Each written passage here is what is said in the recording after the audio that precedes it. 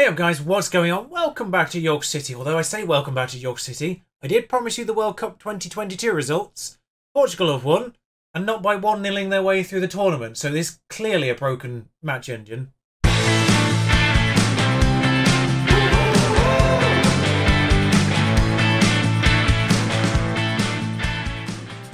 This is the knockout stages of this particular tournament. It's not great viewing for our great nation of England.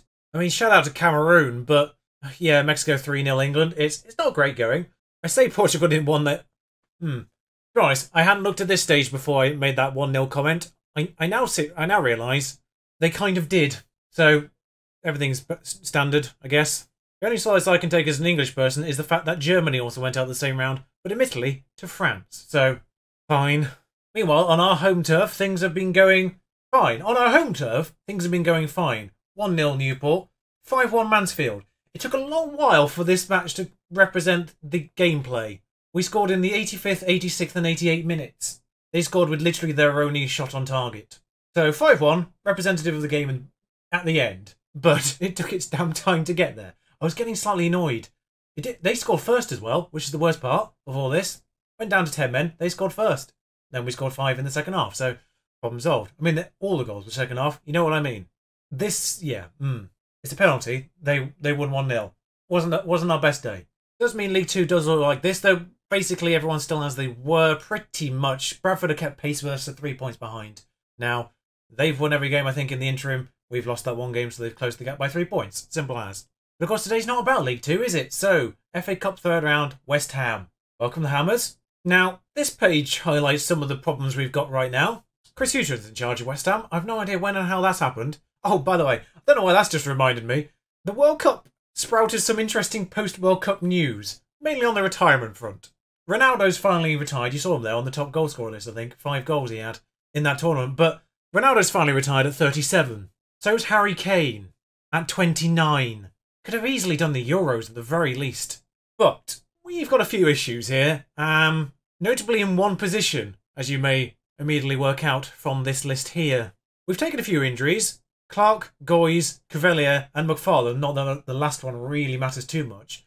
Yeah, Clark's out, which means our technically first choice right back's gone. Goys is out, which is technically our second choice fullback. In a way, maybe, kind of. He's not really been used as a second choice recently, because Xiao Nan has been. He's on international duty. Because, yeah, why not? Okay, fine. He's not back till middle of January. Which means, according to fullback support, weirdly enough, our second best choice is Richie Dean. So, he's going to play there. Because he's better than the actual right back, Nathan Dyer. It's an interesting situation we find ourselves in. And also, we can't play Manquar, because he's being loaned from West Ham. We really couldn't have picked a worse Premier League opponent to have faced. I mean, I'm glad for them. But if you're going to get a Premier League opponent, this was the worst one we could have possibly had, because it's the only one we have the loanee from. Anyway, the team is as follows. Half the defence is first choice, Feist, Hamill, Tavares, and then Romano and Dean fill out that back line. Smith still in goal, thank God. Smallwood takes over a bit ball-winning midfielder role, just because Dean's in right back now. Nacelle, DK's there. Genie, Lee Tao, Morgan. By the way, I put Genie on shoot less often, because I realised that was part of the problem of his poor performances. He just can't hit the target for some reason. That's why he's got a little personalised little tag on his thing. And I'm hoping that really helps out today. I has just joined me as I clicked go there. I'm on attacking. This could be interesting. They've made some good acquisitions, I have to say. Emerson's there. Hamza Chowdhury, Maitland-Niles isn't too shabby, is he? Sydney from Spain. Real Betis, isn't it, I think? But front line remains the same as it always has done, really. Pretty much Anderson, Fornals, Yarmolenko and Haller still have. By the way, oh, they got Diallo, the actual Diallo. The one I said, not that Diallo, in reference to the other episode. How curious. Yeah, the pre-match gumph, I was advised of Haller's threat, as if I needed reminding. The Premier League opponent, every player's a threat, you imbeciles. Rationally, you say, let's go cause an upset. They like that. Yeah, okay, first 10 minutes we'll go, never mind. That highlight started very quickly, weirdly. They slowed down now. Yarmolenko's here. I might regret this. It started quite badly a minute in. Feist is facing off against Steven Sessegnon. Emerson wide. Yeah, we'll change that, I think. Don't really appreciate. Nicely gathered by Smith from this corner, which the highlight started with. So something's probably going to happen. I don't like the fact they've got basically 6 players ready and waiting there. Dean, though, inwards to Nacelle, does get it. DK hoofs it to Morgan, who does get on the end of it. Diop's made a hash of it, and Anang punches that over. He's not fully match sharp, so I suspect he's actually their backup goalkeeper. They are disrespecting us in a slight way there. But considering the team they put out, though, I'm kind of... don't know how many of these are first choice on their bench. I suspect Diallo would be. Genie, though, gathers this set piece eventually. Morgan thinks about coming, then does eventually come. He's gone out wide, though, in place of Genie for the time being, and he's just giving it to Chowdhury, really. He's not even had to make a tackle. He's just given it. What has happened there? Folks, we're leading. We'll go cautious, but I don't like going cautious. But we need to see this in 3D, don't we? Morgan starts all the way out here on the wide.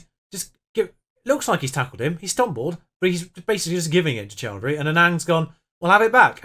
You know, that was unfortunate of you. You can have the ball back. Oh, it's in the net. Well, that's a clanger from Anang, and he's on a 6.3 as a result. Right, okay, we've got the ball back. Genie's in the middle. Genie's smashed it over. At some point, I will make a Genie pun involving bottles or magic or some kind, but we yet to really see any magic from him in a live episode. Of course we bloody concede from a set piece. Why do I feel like, doesn't matter which team I'm managing, we're always bad at set pieces? Like the player's team is always bad at set pieces. I mean, Yarmolenko's just in the right place at the right time. Let's be honest. But I feel like player teams concede an insane amount of goals from set pieces that you don't score yourselves in comparison. Right, well, something's happened over here. I think it's between Anderson and Dean, maybe. I can't remember who I saw from my side there highlighted. Well, I said something about set pieces that you don't score ourselves. Something's occurred. It's gone over the line. I'm not 100% certain how. Well, watch this. It does seem to be a very similar situation to the Everton-Newcastle at the end of that match, where there's a scramble and it's ended up over the line. It's gone down as Dan Morgan, but I'm not confident it was his goal. But clearly the game engine knows more than I do. Luton are 3-0 down, and they've had a man sent off now. This isn't going to end well for Luton, I feel. I certainly say, guard against complacency. That was not the team talk I was expecting to have to give at half-time here. Yeah, there's a lot more to come from you. I'm not really sure there is, but okay. What is going on here? 50 minutes gone. Oh, there's a highlight on 52. It is worth noting we've had more chances and more shots on... well, Yarmolenko, fine. Do that all day. I'm happy for you to do that all day. 3 minutes later, we have a throw-in. Dean goes back to him. He's switched that badly. I appreciate the eyes, but what has occurred here? Well, Haller can't beat Smith. Just going to bring our lines back a little bit because I was kind of concerned about the fact that just happened. We can't have West Ham, of all teams, splitting our defences quite so easily. Not too bad when it's League 2 strikers on the end of those through balls, even in this match engine. So, Premier League ones, I'm still worried about very much. It is worth noting, of course, I am on the public beta, so this, in theory, should have improved one-on-one situations. So, I do need to be more careful of those defence-splitting balls.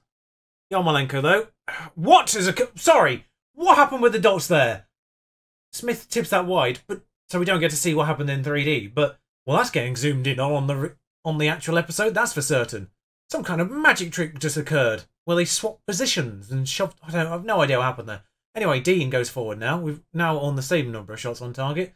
And, well, they proved me wrong. Now they've got more chances. Morgan is going to get on the end of this, otherwise this is a weird highlight. And Anang is there. Tow's tired. Neither winger playing particularly well. Oh, don't you dare concede another set piece. Nicely dealt with, for once. Oh, it continues. No, it doesn't. Just bait me, why don't you? Just realised both of my inside forwards are on attack mode. Probably shouldn't be at this stage of the game. I'm going to stick on my inverted winger as well, rather than inside forward. I'll see what that does. Otherwise, the only weak link is the other wing, of course, but I have 2 inside forwards for the left-hand side. I do realistically need to get an inside forward for the right-hand side. Richie Dean, though, our right back, is the only one kind of vaguely struggling, which is to be expected. Gonçalves, nice turn there. Well, he has been dispossessed and he's been repossessed. I know that's not how the word works, but okay, we'll continue with it. Gonçalves, still on it. Nice little tussle going on over there between the two of them since he's just come on about 30 seconds ago.